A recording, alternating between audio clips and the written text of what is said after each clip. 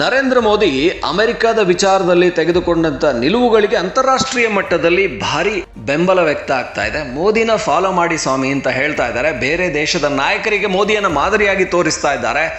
ಜೊತೆಗೆ ಮೋದಿ ಅಮೆರಿಕ ಮಾತ್ರ ಅಲ್ಲ, ಜಗತ್ತಿನ ಯಾವುದೇ ದೇಶಗಳ ಈ ತೆರಿಗೆ ದಾಳಿಯನ್ನ, ಬರುವ ದಿನಗಳಲ್ಲೂ ಆಗಬಹುದಾದ ತೆರಿಗೆ ದಾಳಿಯನ್ನ ತಡೆಯೋದಿಕ್ಕೆ ಒಂದು ಯೋಜನೆಯನ್ನ ನಿಧಾನಕ್ಕೆ ಶುರು ಮಾಡಿದ್ದಾರೆ. ಅದೇನು ಅಂತ ಕೂಡ ಹೇಳ್ತೀನಿ. ಹಾಗೆ ಮೋದಿ ನಡೆಗೆ ಪ್ರಶಂಸೆ ವ್ಯಕ್ತ ಆಗಿದ್ದು ಯಾಕೆ, ಯಾರಿಂದ ಅನ್ನೋದು ಕೂಡ ಹೇಳ್ತೀನಿ. ಇಸ್ರೇಲ್ನ ಪ್ರಧಾನಿ ಬೆಂಜಮಿನ್ ನೆತಾನ್ಯಾಹು ಅವ್ರಿಗೆ ಅಲ್ಲಿನ ರಾಜಕೀಯ ವಿಶ್ಲೇಷಕರು ಈ ಸಲಹೆಯನ್ನ ಕೊಡ್ತಾ ಇದ್ದಾರೆ. ನರೇಂದ್ರ ಮೋದಿ ನಡೆಯನ್ನ ನೀವು ಫಾಲೋ ಮಾಡಬೇಕು. ನೋಡಿ, ಮೋದಿ ಜಗ್ಲಿಲ್ಲ, ಯಾರಿಗೂ ತಲೆ ಕೆಡಿಸ್ಕೊಳ್ಳಿಲ್ಲ. ಅಮೆರಿಕ ಎಷ್ಟು ಹೇರಿಕೆ ಮಾಡ್ತೀನಿ, ಎಷ್ಟು ನಾನು ಭಾರತದ ಮೇಲೆ ತೆರಿಗೆಯನ್ನ ಹೆಚ್ಚಿಸ್ತೀನಿ ಅಂತ ಹೇಳಿದ್ರು ಕೂಡ ಅಯ್ಯೋ ತಲೆನೇ ಕೆಡಿಸ್ಕೊಳ್ಳಿಲ್ಲ, ಒಂದು ರಿಯಾಕ್ಟೇ ಮಾಡ್ಲಿಲ್ಲ. ಆ ರೀತಿಯಲ್ಲಿ ಇರಬೇಕು, ಮೋದಿಯನ್ನ ನೋಡಿ ಕಲಿಬೇಕು ಅಂತ ಹೇಳಿ ಇಸ್ರೇಲ್ನ ರಕ್ಷಣಾ ತಜ್ಞ ಜಾಕಿಮ್ ಶಲೋಮ್ ಸಲಹೆ ನೀಡಿದ್ದಾರೆ. ಅಂದ್ರೆ ಕೇವಲ ಬರೀ ಯುದ್ಧ ಮಾಡೋದು ಶಸ್ತ್ರಾಸ್ತ್ರಗಳಿಂದ ಅದಲ್ಲ, ರಾಜತಾಂತ್ರಿಕವಾಗಿ ಏನ್ ನಿರ್ಧಾರ ತಗೋತೀರಾ ಅನ್ನೋದಿದೆಯಲ್ಲ, ಅದು ಒಂದು ದೇಶದ ಸ್ಟ್ಯಾಂಡ್ ಅನ್ನ ಸ್ಟ್ರಾಂಗ್ ಮಾಡುತ್ತೆ ಅಂತ ಇವ್ರು ಹೇಳ್ತಾ ಇರುವಂಥದ್ದು. ಇನ್ನು ಎಲ್ಲೂ ನರೇಂದ್ರ ಮೋದಿ ಡೊನಾಲ್ಡ್ ಟ್ರಂಪ್ ಮೇಲೆ ಕಿಡಿಕಾರಲಿಲ್ಲ, ಡೊನಾಲ್ಡ್ ಟ್ರಂಪ್ ಅನ್ನೋ ಹೆಸರನ್ನೇ ತೆಗಿಲಿಲ್ಲ, ಅಮೆರಿಕಾದ ಬಗ್ಗೆ ಕೂಡ ಮಾತಾಡಲಿಲ್ಲ. ಆದರೆ ಮೋದಿ ಮಾಡಿದ್ದೇನು ಗೊತ್ತಾ? ಮೋದಿ ತಮ್ಮ ಸಚಿವರುಗಳಿಗೆ ಸಲಹೆ ಮಾಡಿದ್ದಾರೆ. ಸ್ವದೇಶಿ ಮೇಳಗಳನ್ನು, ಅಂದರೆ ಸಂಸದರಿಗೆಲ್ರಿಗೂ ಕೂಡ ಹೇಳಿದ್ದಾರೆ, ಸ್ವದೇಶಿ ಮೇಳಗಳನ್ನು ಆಯೋಜನೆ ಮಾಡಿ. ಅಮೆರಿಕ ತೆರಿಗೆ ಏನು ಹೇರ್ತಾ ಇದೆಯಲ್ಲ ರಫ್ತಿನ ಮೇಲೆ, ಅದರಿಂದಾಗಿ ದೇಶದ ಆರ್ಥಿಕತೆ ಸುಧಾರಣೆಗೆ ಈಗಾಗಲೇ GST ಯಲ್ಲಿ ಬದಲಾವಣೆ ತರಲಾಗಿದೆ. ಅದು ಎಷ್ಟು ದೊಡ್ಡ ಮಟ್ಟಿಗೆ ಪರಿಣಾಮ ಬೀರ್ತಾ ಇದೆ ಅಂತ ಹೇಳಿದ್ರೆ, ಕಾರ್ ಖರೀದಿಯಲ್ಲಿ ಕೆಲವೇ ದಿನಗಳಲ್ಲಿ ಕಾರು ಬೈಕ್ಗಳ ಖರೀದಿಯಲ್ಲಿ ದೊಡ್ಡ ಮಟ್ಟದ ಬದಲಾವಣೆಯನ್ನು ನೋಡಬಹುದು. ಯಾಕಂದ್ರೆ ಒಂದೊಂದು ಕಾರುಗಳಿಗೆ 50,000ದಿಂದ 1.5 ಲಕ್ಷದವರೆಗೂ ಇಳಿಕೆ ಆಗುತ್ತೆ. ಅಂದ್ರೆ ಒಂದು 10 ಲಕ್ಷ ಇರುವಂತ ಕಾರ್ಗೆ 1 ಲಕ್ಷದವರೆಗೂ ಇಳಿಕೆ ಆದ್ರೆ ಎಂತ ದೊಡ್ಡ ಜನರಿಗೆ ಸಹಾಯ ಆಗುತ್ತಲ್ವಾ. ಈ ಮಧ್ಯಮ ಕೆಳ ಮಧ್ಯಮ ವರ್ಗದವರು ಒಂದು ಕಾರನ್ನ ತಗೋಬೇಕು ಅಂತಿರೋರು 1 ಲಕ್ಷ ಕಡಿಮೆ ಆಗೋದಾದ್ರೆ ಖಂಡಿತ ಕಾರ್ನ 6 ತಿಂಗಳು ಬಿಟ್ಟು ವರ್ಷ ಬಿಟ್ಟು ತಗೋಬೇಕಾಗಿದ್ದವ್ರು ಈಗಲೇ ತಗೋತಾರೆ. ಹಾಗೆ ಮೋದಿ ಮಾಡದಂತ ಮಾಸ್ಟರ್ ಸ್ಟ್ರೋಕ್ ಇದೆಯಲ್ಲ, ಇದಕ್ಕೆ ನಿರ್ಮಲಾ ಸೀತಾರಾಮನ್ ಕೂಡ ಹೇಳಿದ್ದಾರೆ, ಇದೇನು ಡೊನಾಲ್ಡ್ ಟ್ರಂಪ್ ತೆರಿಗೆ ಹೇರಿಕೆಗೆ ಹೆದರ್ಕೊಂಡು ಮಾಡಿದ್ದಲ್ಲ, ಇದು ಮೋದಿ ಅವರ ಸ್ವಂತ ನಿರ್ಧಾರ ಅಂತ. ಹಾಗಾಗಿ ಇದರ ಜೊತೆಗೇನೆ ವ್ಯಾಪಾರದಲ್ಲಿ ಹೊಸ ಅಲೆಯನ್ನ ನಿರೀಕ್ಷೆ ಮಾಡಲಾಗ್ತಾ ಇದೆ. ಈಗಾಗಲೇ ಒಂದಷ್ಟು ಜನ ಮಾತಾಡ್ಕೊಳ್ಳೋಕೆ ಶುರು ಮಾಡಿದ್ದಾರೆ. ಹೌದಾ, ಈ ಕಾರ್ ನಮಗೆ 10 ಲಕ್ಷ ಅನ್ಕೊಂಡಿದ್ದೆ, 9ಕ್ಕೆ ಸಿಗುತ್ತೆ ಅನ್ನೋದಾರೆ ತಗೋಬಿಡೋಣ, ಇದು 8 ಲಕ್ಷದ್ದು ಅನ್ಕೊಂಡಿದ್ದೆ 6.5ಗೆ ಸಿಗೋದಾದ್ರೆ ಆರಾಮಾಗಿ ತಗೋಬಿಡ್ತೀನಪ್ಪ ಅಂತ ಜನ ಯೋಚನೆ ಮಾಡಕ್ ಶುರು ಮಾಡಿದ್ದಾರೆ.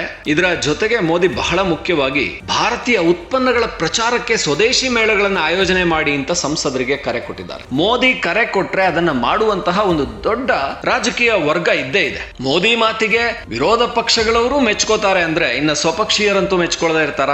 ಅವರಂತೂ ಅಲ್ಲಲ್ಲಿ ಸ್ವದೇಶಿ ಮೇಳಗಳನ್ನ ಮಾಡದೇ ಇರ್ತಾರ?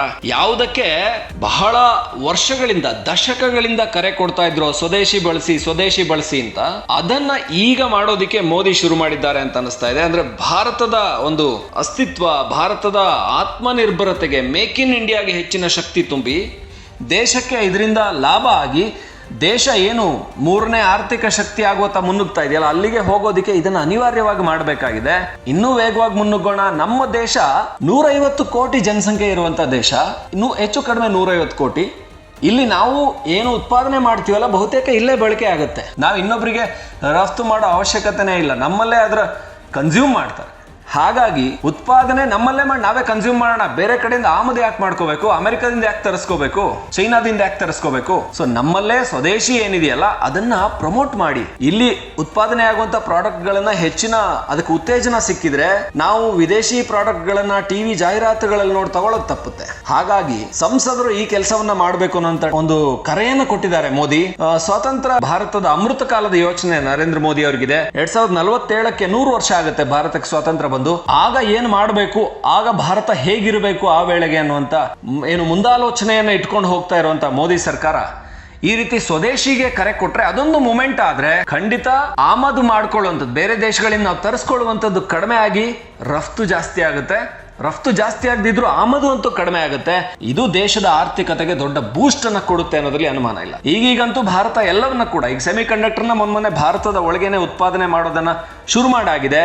ಸೆಮಿ ಕಂಡಕ್ಟರ್ಗಳನ್ನ ಭಾರತ 1,00,000 ಕೋಟಿಗಿಂತ ಹೆಚ್ಚಿನ ಆಮದು ಮಾಡ್ಕೋತಾ ಇತ್ತು. ಅಂದ್ರೆ ಕರ್ನಾಟಕದ ಒಂದು ಕಾಲು ಭಾಗದ ಬಜೆಟ್ ಏನಿದೆ ಅಷ್ಟನ್ನ ಆಮದು ಮಾಡ್ಕೋತಾ ಇತ್ತು. ಆದ್ರೆ ಈಗ ಇಲ್ಲೇ ಉತ್ಪಾದನೆ ಮಾಡಿ ರಫ್ತು ಮಾಡುತ್ತೆ. ಚೀನಾ, ಸಿಂಗಾಪುರ್, ಮಲೇಷಿಯಾ, ಇಂಡೋನೇಷಿಯಾ ಇಂಥ ದೇಶಗಳಿಂದ ಆಮದು ಮಾಡ್ಕೋತಾ ಇತ್ತು. ಈಗ ನಾವೇ ಉತ್ಪಾದನೆ ಮಾಡ್ತೀವಿ. ನಮ್ಮಲ್ಲಿ ಮ್ಯಾನ್ ಪವರ್ ಏನ್ ಕಡಿಮೆ ಇಲ್ಲ. ಭಾರತ 150 ಕೋಟಿ ಜನಸಂಖ್ಯೆ ಇರುವಂತ ದೇಶ. ಹಾಗಾಗಿ ಎಲ್ಲವನ್ನ ಇಲ್ಲೇ ಉತ್ಪಾದನೆ ಮಾಡೋಣ. ಶಸ್ತ್ರಾಸ್ತ್ರಗಳನ್ನು ನಾವೀಗ ರಫ್ತು ಮಾಡ್ತಾ ಇರೋದು ನೋಡಿದ್ರೆ ಭಾರತ ಬರುವ ದಿನಗಳಲ್ಲಿ ಅತ್ಯಂತ ದೊಡ್ಡ ರಫ್ತುದಾರ ದೇಶ ಆಗುತ್ತೆ. ವರ್ಷದಿಂದ ವರ್ಷಕ್ಕೆ ಭಾರತದ ಬ್ರಹ್ಮೋಸ್ಗೆ, ಭಾರತದ ಆಕಾಶ ತೀರ್ಗಳಿಗೆ, ಭಾರತದ ಡ್ರೋನ್ಗಳಿಗೆ ಬೇಡಿಕೆ ಹೆಚ್ಚಾಗ್ತಾ ಇದೆ. ಹಾಗಾಗಿ ಭಾರತದ ಅಭಿವೃದ್ಧಿಯನ್ನ ಮೋದಿ 2047ರ ಅಮೃತ ಕಾಲದ ಯೋಚನೆಯನ್ನು ಇಟ್ಕೊಂಡು ಮಾಡ್ತಾ ಇರೋದು. ಜೊತೆಗೆ ಈ ಸ್ವದೇಶಿಗೆ ಕರೆ ಕೊಟ್ಟಿರುವಂತದ್ದು ಬರುವ ದಿನಗಳಲ್ಲಿ ಒಂದು ದೊಡ್ಡ ಮೂವ್ಮೆಂಟ್ ಆದ್ರೆ ಖಂಡಿತ ಅದು ದೊಡ್ಡ ಶಕ್ತಿ ಕೊಡುತ್ತೆ ಅಂತ ಹೇಳಬಹುದು.